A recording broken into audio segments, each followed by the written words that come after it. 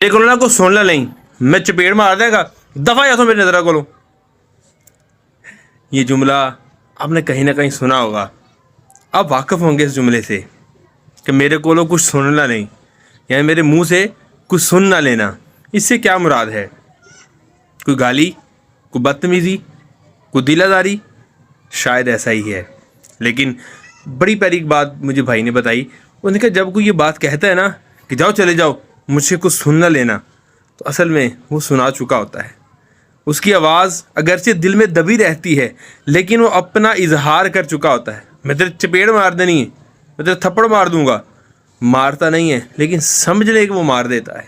ये इतने सख्त अल्फाज हैं जो किसी की भी ज़िंदगी में अंधेरा ला सकते हैं, जो किसी भी रिश्ते को तोड़ सकते हैं। ये अंदर की गलाजत को और अंदर के इंसान को ज़ाहिर करते हैं कि असल में इसके अंदर ये है जो गुस्से के वक्त बाहर आ रहा है। आपके इस बारे में क्या कहना है? कमेंट में ज़रूर बताइएगा।